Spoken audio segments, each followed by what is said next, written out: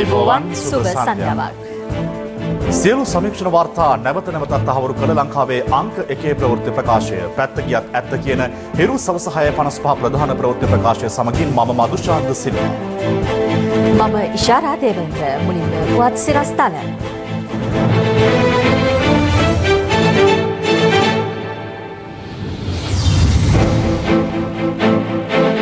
පාස්කු ප්‍රහාරයට මෛත්‍රීට අපරාධ නඩු පැවරීමේ හැකියාව සලකා බලන්න. බොදු බල සේනාවත් තහනම් කරන්න. ජනපති කොමිසමෙන් නිර්දේශ. කොරෝනා එන්නත් කෝටියක් ඉන්දියාවෙන් ගැනීමට මුදල් වෙන් කෙරේ. ජනපති හා අගමැති එන්නත් ලබයි. පවිත්‍රා යලි වැඩ ආරම්භයි. ඉල්ලීම් කිහිපයක් මුල් කරගනිමින් සුව සේවකයෝ සෞඛ්‍ය අමාත්‍යාංශයට කඩාවදී.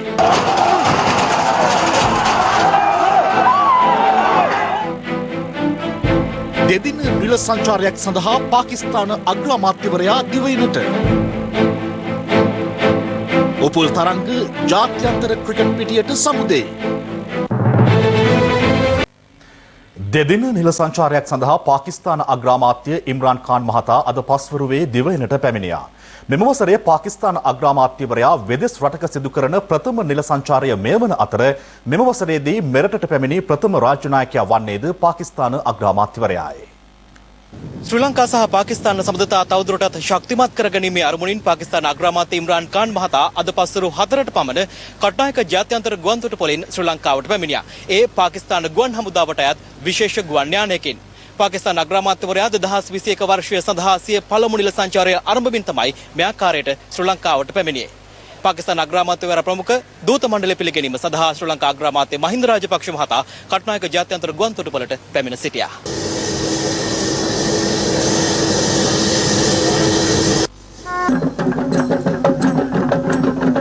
මෙරටට පැමිණීම සඳහා පාකිස්තානු අග්‍රාමාත්‍යවරයාට සිය ගුවන්තලය යොදා ගැනීමට ඉන්දියාව අද අවසර ලබා දීමද විශේෂත්වයක්. දෙරටේ ජාතික ගීතයන් වාදනය කිරීමෙන් අනතුරුව රාජ්‍ය නායකයෙකුට පිරිනැමෙන සම්මාන මුරේ සහ කාලතුවක්කු වෙඩිපුර 19ක උත්තමාචාර්ය පාකිස්තානු අග්‍රාමාත්‍යවරයා වෙත පිරිනැමුණා. අනතුරුව සිදු කෙරුණේ දෙපාර්ශවයේ නියෝජිතයින් හඳුන්වා දීමයි. පාකිස්තානු අග්‍රාමාත්‍යවරයා සමග එරට විදේශ කටයුතු අමාත්‍යවරයා, වාණිජ්‍ය කටයුතු අමාත්‍යවරයා සහ විදේශ කටයුතු ලේකම්වරයාද එක්ව සිටියා. රෙදිපිලි සහ ඇඟලුම්, ඖෂධ, කෘෂි ආහාර, වෙළඳ භාණ්ඩ, ක්‍රීඩා භාණ්ඩ, මැණික් හා ස්වර්ණාභරණ ඇතුළු අංශ ගණනාවක ව්‍යාපාරිකයන්ගෙන් සමන්විත ඉහළ පෙළේ ව්‍යාපාරික හා ආයෝජන නියෝජිත කණ්ඩායමක්ද මෙම සංචාරයට එක්ව සිටිනවා. අග්‍රාමාත්‍ය ඉම්රාන් ඛාන් මහතා අමුත්තන්ගේ සමරු පොතේ සටහනක් තබනු ලැබුවේ හඳුන්වා දීමේ කටයුතු වලින් අනතුරුවයි. පසුව ද්විපාර්ශ්වීය සාකච්ඡා සඳහා පාකිස්තාන අග්‍රාමාත්‍යවරයා අරලියගහ මන්දිරය වෙත පිටව ගියා. දිවෙනට පැමිණි අග්‍රාමාත්‍ය ඉම්රාන් ඛාන් මහතා පසුව පැමිණියේ අරලියගහ මන්දිරයටයි. ඒ අග්‍රාමාත්‍ය මහින්ද රාජපක්ෂ මහතා සමග දෙරට අතර පවතින ද්විපාර්ශ්වික සම්බන්ධතා සම්බන්ධයෙන් සාකච්ඡා කිරීමටයි.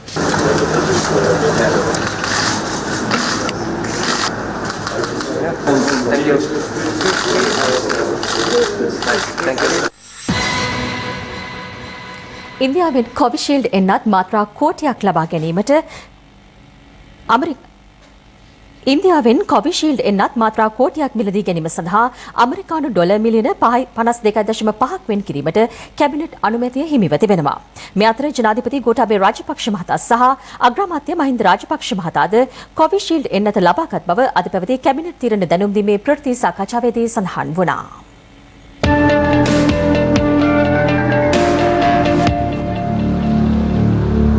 කොළඹ මහනගර සභා සීමාවේ පුද්ගලයන් සඳහා දියත් කරන එන්නත් කරන වැඩසටහන යටතේ කොවිෂීල්ඩ් එන්නත ලබා දීම අද මධ්‍යස්ථාන 5කදී සිදු වුණා. එෙහිදී පුද්ගලයන් 4500කට පමණ එන්නත් ලබා දී තිබෙනවා. එය අනුව හයිඩ් පිටියේදී සහ ඇල්විටිගල මහල් නිවාස සංකීර්ණයේදී එන්නත් කරන කටයුතු අද මෙලෙස සිදු වුණා. මෙම වැඩසටහන යටතේ කොළඹ මහනගර සභා සීමාවේ පුද්ගලයන් 7400කට පමණ ඊයේ කොවිඩ් මර්ධන එන්නත් ලබා දී තිබෙනවා. ඉන්දියාවේ පූනේ නගරයේ පිහිටලා තියෙන සීරම් ඉන්ස්ටිටියුට් ආයතනයේ නිපදවන ඔක්ස්ෆර්ඩ් ඇස්ට්‍රාසෙනිකා එන්නත් මාත්‍රා මිලියන 10ක් එක මාත්‍රාවක් ඩොලර් 5.25 බැගින් මිලදී ගැනීම සඳහා අනුමැතිය ලැබුණා. එහි පළවෙනි කොටස හැටියට එන්නත් මාත්‍රා ලක්ෂ 5ක් මේ බ්‍රහස්පතින්දා දවසේ ලංකාවට ලැබෙන්න නියමිතයි. ඒ වගේම ඇස්ට්‍රාසෙනිකා මහ බ්‍රිතාන්‍යයේ පිහිටලා තියෙන මව් සමාගමෙනුත් ඍජුවම එන්නත් මිලදී ගැනීම සඳහා කැබිනට් අනුමැතිය ලැබුණා. ඊළඟට ලෝක සෞඛ්‍ය සංවිධානය හරහා එන්නත් ලබා ගැනීම සඳහා අවශ්‍ය ගිවිසුම සඳහා අනුමැතිය ලැබුණා. ඒ අනුව එහි පළවෙනි එන්නත් මාත්‍රා තොගයත් එයත් ඔක්ස්ෆර්ඩ් ඇස්ට්‍රාසෙනිකා වර්ගයේම එන්නත් පෙබරවාරි මාසයේ අන්තිම දින කිහිපයේදී අපිට ලැබෙයි කියලා අපේක්ෂා කරනවා. දැනට ලෝක සෞඛ්‍ය සංවිධානය තහවුරු කරලා තියෙනවා එන්නත් මාත්‍රා 2,64,000ක් පළවෙනි කොටස හැටියට අපේ රටට ලබා දෙනවා කියලා. කැබිනට් තීරණ දැනුම් දීමේ ප්‍රවෘත්ති සාකච්ඡාවේදී කොවිඩ් මර්ධන එන්නත් මිලදී ගැනීම පිළිබඳ අදහස් පළ වුණා. මාස 3ක කාලයකින් දෙවැනි එන්නත් මාත්‍රාව ලබා දීම හරහා ප්‍රතිශක්තියේ වැඩි වර්ධනයක් ඇති වෙන බවට බොහොම පැහැදිලිව වෛද්‍ය විද්‍යාත්මක මතයක් ඇති වෙලා තිබෙනවා. මේ සියලුම කරුණු සැලකිල්ලට අරගෙන තමයි තාම සුදුසු මොහොතේදී දෙවැනි එන්නත ලබා දෙන්නේ. ඉතාම ඉක්මනින් එන්නත ලංකාවට ගෙනගෙන දෙවැනි මාත්‍රාව ලබා දෙන්න සූදානම් වෙලා ඉන්නවා. අපේ ජනාධිපතිතුමා අගමැතිතුමා දැන්නවත් අරන්ද තියෙන්නේ එහෙම නැත්නම් ඉස්සරහට ගන්න බලාපොරොත්තු වෙනවා. අරගන්න තියෙනවා. මේ අතර ශ්‍රී ලංකා ප්‍රජා වෛද්‍යවරුන්ගේ සංගමය නිවේදනයක් නිකුත් කරමින් සඳහන් කළේ කොවිඩ් එන්නත් කරන වැඩසටහන මූලික විද්‍යාත්මක මූලධර්ම වලට පටහැනිව සිදු කෙරෙමින් පවතින බවයි. තෝරාගත් ප්‍රජාවන් කිහිපයක අවුරුදු 30ත් 60ත් අතර පුද්ගලයන් ඉලක්ක කර එන්නත් කිරීම ආරම්භ කිරීම ජාතික එන්නත් කරන සැලැස්මේ සඳහන් විද්‍යාත්මක පදනමකින් එකඟ වූ ප්‍රමුඛතාවන්ගෙන් පැහැදිලි ලෙස දුරස් වීමක් බව එම නිවේදනයෙන් පෙන්වා දෙනවා. මේ අතර සෞඛ්‍ය අමාත්‍ය පවිත්‍රා වන්‍යාරච්චි මහත්මිය කොවිඩ් ආසාදනයේ වී සුවය ලැබීමෙන් පසු අද ප්‍රථම වරට සෞඛ්‍ය අමාත්‍යාංශයේදී සාකච්ඡාවකට එක් වුණා. වෛරස් මර්ධන වැඩපිළිවෙලෙහි ප්‍රගතිය පිළිබඳ එහිදී සාකච්ඡාවට ලක් වී තිබෙනවා. COVID-19 ආසාදිතයින් 222 දෙනෙකු අද හඳුනාගත් අතර ඒ සමග මෙරට සමස්ත ආසාදිතයින් සංඛ්‍යාව 80739ක් දක්වා ඉහළ ගියා. පුද්ගලයන් 732 දෙනෙකු අද සුවය ලැබූ අතර සුව වූ සමස්ත සංඛ්‍යාව සටහන් වන්නේ 75842ක් ලෙසයි. කොවිඩ් මරණ 5ක් අවසන් වරට වාර්තා වීමත් සමග මෙරටින් වාර්තා වූ සමස්ත මරණ සංඛ්‍යාව 450 දක්වා ඉහළ ගියා. එලෙස ජීවිතක්ෂයට පත් වූ අය අතර 33 හැවිරිදි කාන්තාවක්ද වන අතර ඇය දුනගහ ප්‍රදේශයේ පදිංචිකාරිනියක්. මේ අතර ලුණුගම්වෙහෙර ප්‍රදේශයේ පාසල් දෙකක තොරතුරු තාක්ෂණාංශයේ භාරව කටයුතු කළ ගුරුවරයෙකුට කොවිඩ් ආසාදනය වී තිබෙනවා. බගවන්තලාව ප්‍රදේශයේ ප්‍රධාන පාසල් දෙකක ළමුන් 6 දෙනෙකුට වෛරසය ආසාදනය වී ඇති අතර ඔවුන්ගේ ආශ්‍රිතයින් 10 දෙනෙකුටද වෛරසය ආසාදනය වී ඇති බව තහවුරු වුණා. මේ අතර උත්සව ශාලා හිමියන්ගේ සහ ආහාර පාන සපයන්නන්ගේ සංගමයේ නියෝජිතයින් දැනුවත් කිරීමේ වැඩසටහනක් ජායල ඒකල උත්සව ශාලාවකදී පැවැත්වුණා. COVID-19 මේ වෙද්දී රට තුල පාලනය වෙලා නැහැ වගේම අපි ඉන්නේ කොතනද කියලා අවබෝධයක් ගන්න පුළුවන් විදිහේ දත්ත විශ්ලේෂණයක් මේ රට තුල වෙන්නේ නැහැ. පසුගිය ආසන්නම දින 3 PCR පරීක්ෂණ ගම්පහ දිස්ත්‍රික්කයේ తాවකාලිකව නැවතිලා තිබුණේ. මහජන සෞඛ්‍ය පරිස්කරු එන්නත් කරන වැඩසටහනේ යෙදලා තිබුණු නිසා. නමුත් අපි දැක්කා ගම්පහ දිස්ත්‍රික්කයේ 100 ආසන්නයේ රෝගීන් වාර්තා වෙනවා. ඒ වාර්තා වෙන්නේ රෝහල් වල යම් යම් ක්‍රියාවලියන් සඳහා ගියපු අයවලුන් පොසිටිව් වෙච්ච කොටස්. අනිත් එක අපි හැමෝම දන්නවා මේ ආසාද්‍ය පසුගිය පැය 24 වාර්තා වෙන ආසාද්‍ය කියලා කිව්වට ඇත්තටම මේ PCR සාම්පලය ආසන්න වශයෙන් දින 3 ඉඳලා 10 වෙනකන් පිටිපස්සේ දවස්වල ගනිපුවා. අසල්ලස ඉන්දියාවෙත් අපි දැක්කා ඊයේ පෙරේදා වෛරස් ප්‍රභේද 263ක් තියෙනවා කියලා හොයාගෙන තිබුණා. සමහරවිට ලංකාවේ මීට වැඩිය ප්‍රභේද තියෙනවද දන්නේ නැහැ. අපි වාසනාවට අපි ප්‍රභේද ගැන හොයන්නේ නැහැ. දැනට මං හිතන්නේ එකම පුද්ගලයෙක් තුළ වෛරස් ප්‍රභේද දෙකක් තියෙන පුද්ගලයෙකුත් හොයාගෙන තිබුණ පහුගිය දවස්වල.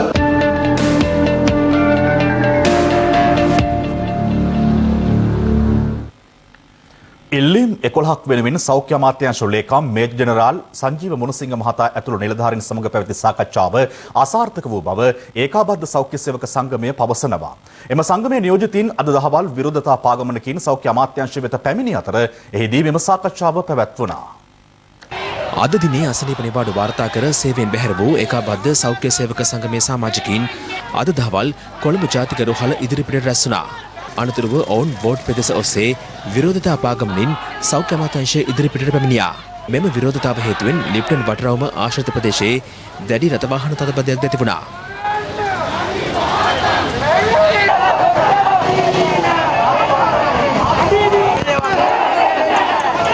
සතියේ වැඩ කරන අමතර පැය 8 සඳහා වැටුපෙන් 30න් එකක් දිනා ගැනීම, දින 180 සම්පූර්ණ කළ සියලු සෞඛ්‍ය සේවකින් බහ ස්ථිර කිරීම, සෞඛ්‍ය සේවකයින්ට විශේෂ අවදානම් දීමනාවක් ලබා ගැනීම ඇතුළු ඉල්ලීම් 11ක් වෙනුවෙන් මෙම විරෝධතාව සංවිධානය කර තිබුණා. සෞඛ්‍ය අමාත්‍යාංශයේ ඉදිරිපිටට පැමිණි විරෝධතාකරුවන් අමාත්‍යාංශයට ඇතුළු වීමට උත්සාහ කළ අතර එහිදී ඇති වූයේ උණුසුම් තත්ත්වයක්.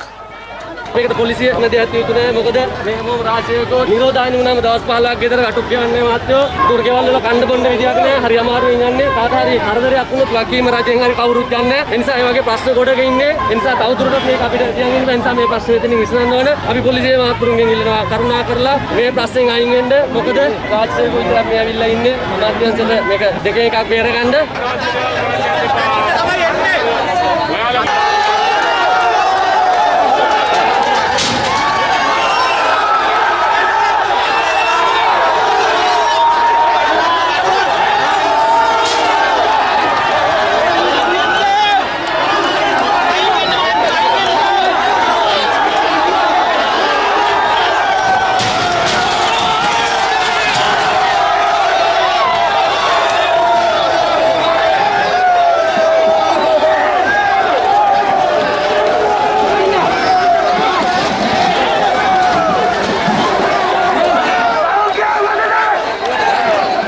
සෞඛ්‍ය අමාත්‍යාංශ භූමියට ඇතුළු වූ විරෝධතාකරුවන් පාලනය කිරීමට පොලිසියට දැඩි පරිශ්‍රමයක් දැරීමට සිදු වුණා.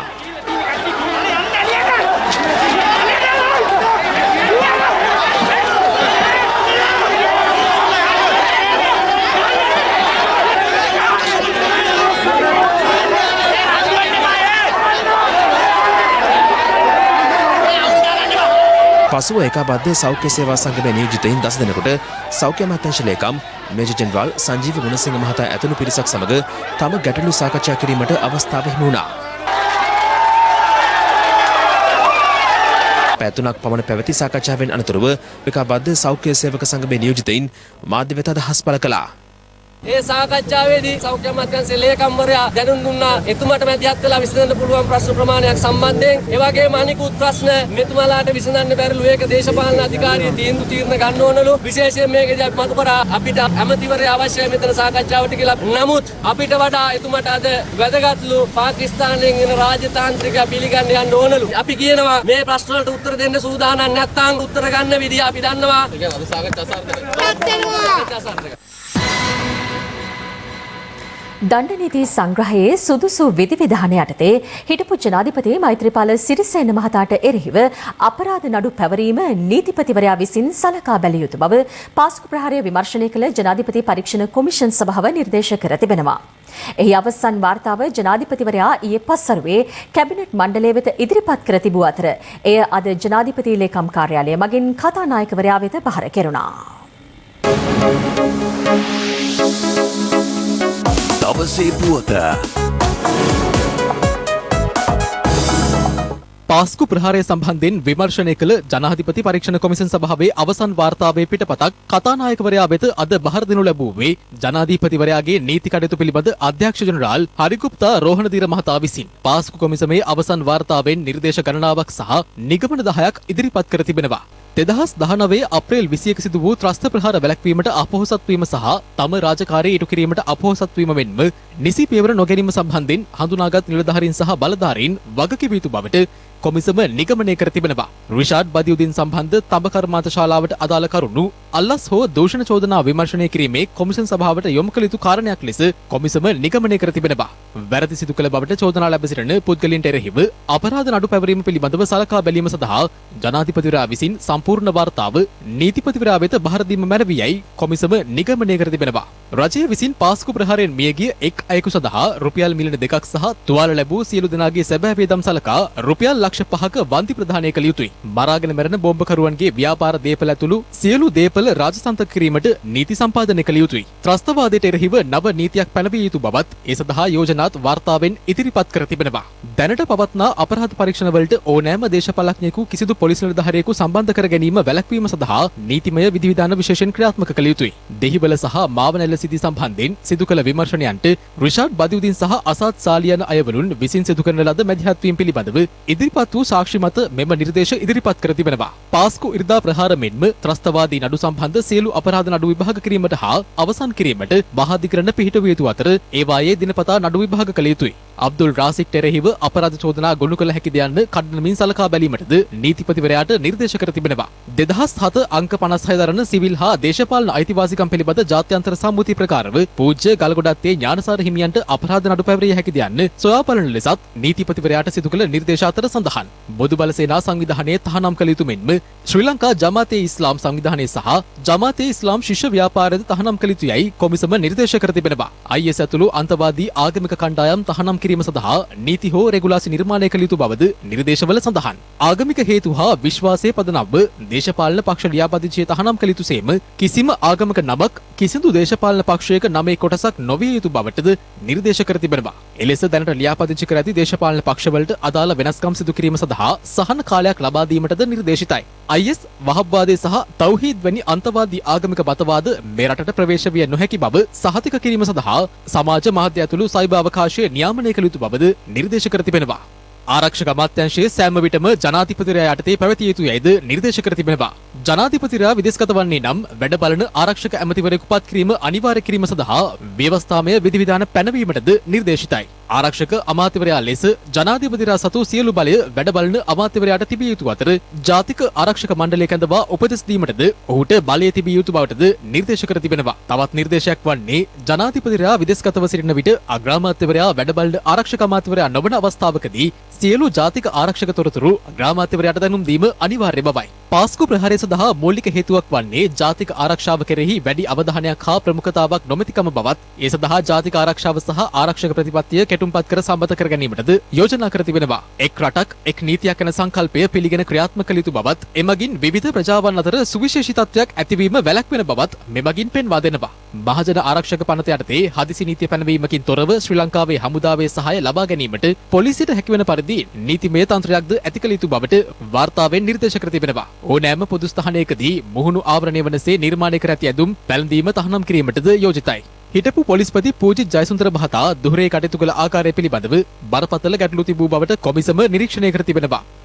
රහස් පොලිසිය හා ත්‍රස්ත විමර්ශනාංශය එක් නියෝජ්‍ය පොලිස්පතිවරයෙකු යටතට පත් කළ යුතු බවද නිර්දේශ අතරට අයත්. ජ්‍යෙෂ්ඨ රාජ්‍ය නිලධාරීන් එක් තනතුරකට වඩා නොහෙබිය යුතු බව පෙන්වා දෙන කොමිසම සඳහන් කර ඇත්තේ හේමසිරි ප්‍රනාන්දු මහතා තනතුරු කිහිපයක් දැරූ බැවින් ආරක්ෂක අමාත්‍යාංශයේ සිය රාජකාරී සඳහා ගත කළ කාලය අඩු බවට සාක්ෂි ලැබී ඇති බවයි. දේශපාලන මැදිහත් වීම වලට බියෙන් තොරව රාජ්‍ය බුද්ධ්‍යංශ නිලධාරීන්ට සිය රාජකාරී ඉටු කිරීමට හැකි පරිදි නීති රාමුව ශක්තිමත් කළ යුතුයි. බුද්ධ්‍යංශ නිලධාරීන් හා විමර්ශකින් අතර රාජකාරී මට්ටමේ තොරතුරු හුවමාරුවක් සිදු නොවීම සහරාන්ගේ කණ්ඩායමට සිය ත්‍රස්ත ක්‍රියා සිදු කිරීමට පිටුබලයක් වී ඇති බව කොමිසම නිරීක්ෂණය කර තිබෙනවා. ත්‍රස්තවාදයට එරෙහිව සටන් කිරීම සඳහා ස්ථාවර රජයක් අත්‍යවශ්‍ය වන බවත් දුර්වල රජයක් පැවතීම හේතුවෙන් ශ්‍රී ලංකාවට ප්‍රහාරයක් එල්ල විය හැකි බව සහරාන්ගේ කණ්ඩායම සිතූ බවට කොමිසමට සාක්ෂි ඉදිරිපත් වී ඇති බවද අවසන් වාර්තාවේ සඳහන්. සියලුම ආගමික කටයුතු සඳහා පැවතිය යුත්තේ එක් අමාත්‍යාංශයක් පමණක් බවත් එම අමාත්‍යාංශය ජනාධිපතිවරයා යටතේ පැවතීමට ආණ්ඩුක්‍රම ව්‍යවස්ථාවෙන් නීති සම්පාදනය වී යුතු බවද නිර්දේශ කර තිබෙනවා. සෑම පාසලකම සිසුන්ට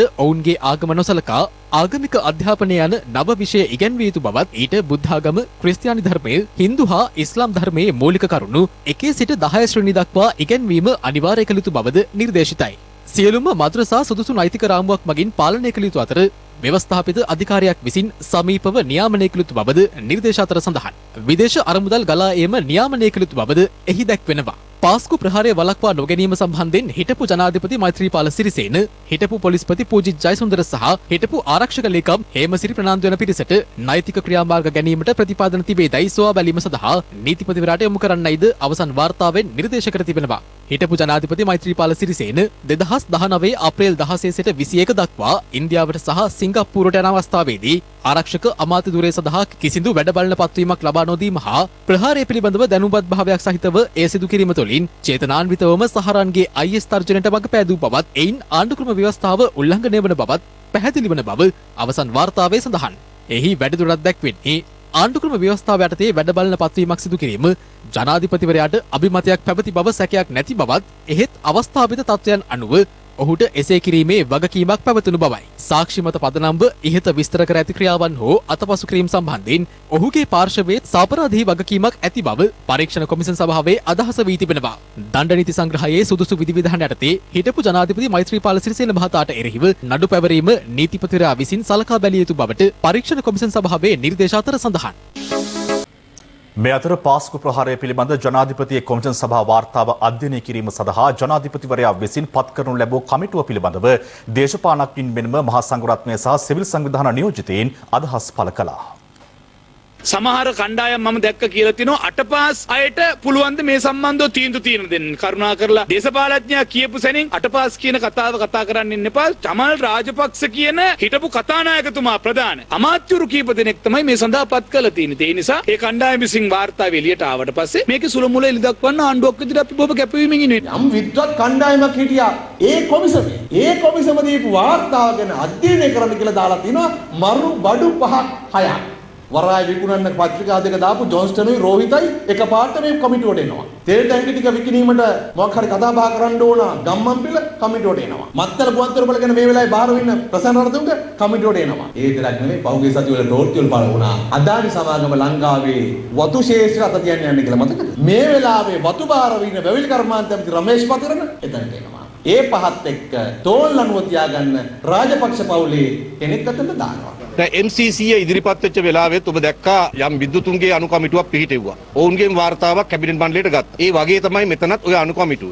මේක කල්ැදීම සඳහා කළ දෙයක් බව පේන්නේ නැහැ. මොකද අවසාන දිනේ මාර්තු 15 හැටියට සඳහන් කළ තියෙන නිසා. ඒ අනු කමිටු වාර්තාව පිළිගන්න බැරි නම් ඒ වෙලාවට ප්‍රතික්ෂේප කරන්න පුළුවන් ඕනම කෙනෙකුට. මේට වඩා ප්‍රබුද්ධය ඇත්තටම රජේ නැත්ද දාන්න.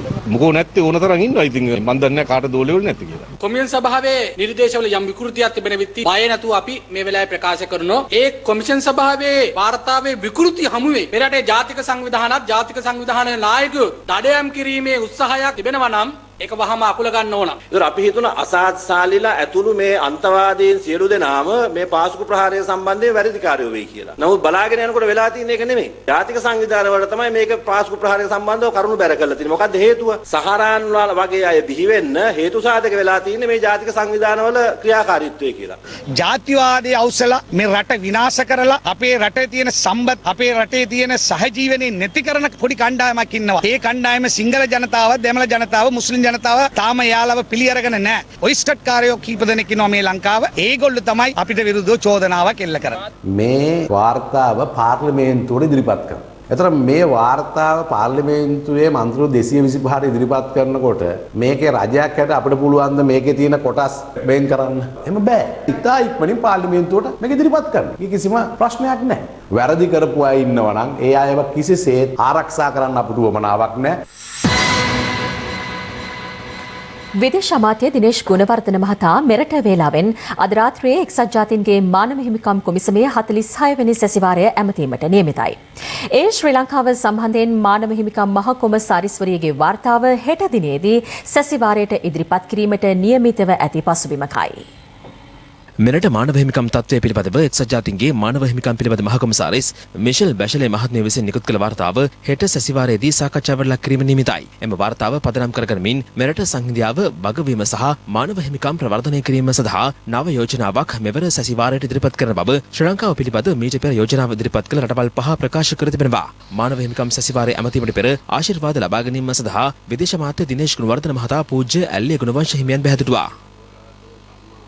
දිගින් දිගටම ජාත්‍යන්තර ප්‍රශ්න තව එනවා ඉස්සරහට. අපි ඒව නොදෙන ඉන්නව නෙවෙයි. හැබැයි රජයත් ඒව කල්පනා කරලා වඳුරු ගෙවල් හදන්න වගේ වැස්ස කාලේට කොලාත්ත කඩාගෙන ඇවිල්ලා ඔලුවට තියාගෙන ඉඳලා හරියන්නේ නැහැ. මේකට ස්ථීරසාර වෙනම ආයතනයක් පිටවල විදේශ අමාත්‍යාංශයට බද්ධ කරලා ඒකට දේශප්‍රේමී මිනිස්සු පත් කළ බෝනගේන්කාරයෝ නෙවෙයි. මේ බෝනගේන්කාරයොත් එක්ක කරන්න බෑ මේවා. මේ රට රැක ගන්න මේ රටේ අක්මුල් හඳුනගත්ත මිනිස්සු ඉස්සරහට ගන්න කියලා ආණ්ඩුවටත් මතක් කරනවා. අපි මේ ආණ්ඩුව හදන්න මුල් වෙච්චා. හැබැයි බුද්ධ මේ විහාර දේවාල ගම්පනත 9 වෙනි වගන්තිය බුද්ධාගම සුරක්ෂිත කොට පෝෂණය කරන අතර ප්‍රමුඛ ස්ථානයේ පිරිනමන්නේ කියන වගන්තිත් පොඩි ප්‍රශ්න ඇති කරනවා දැන්.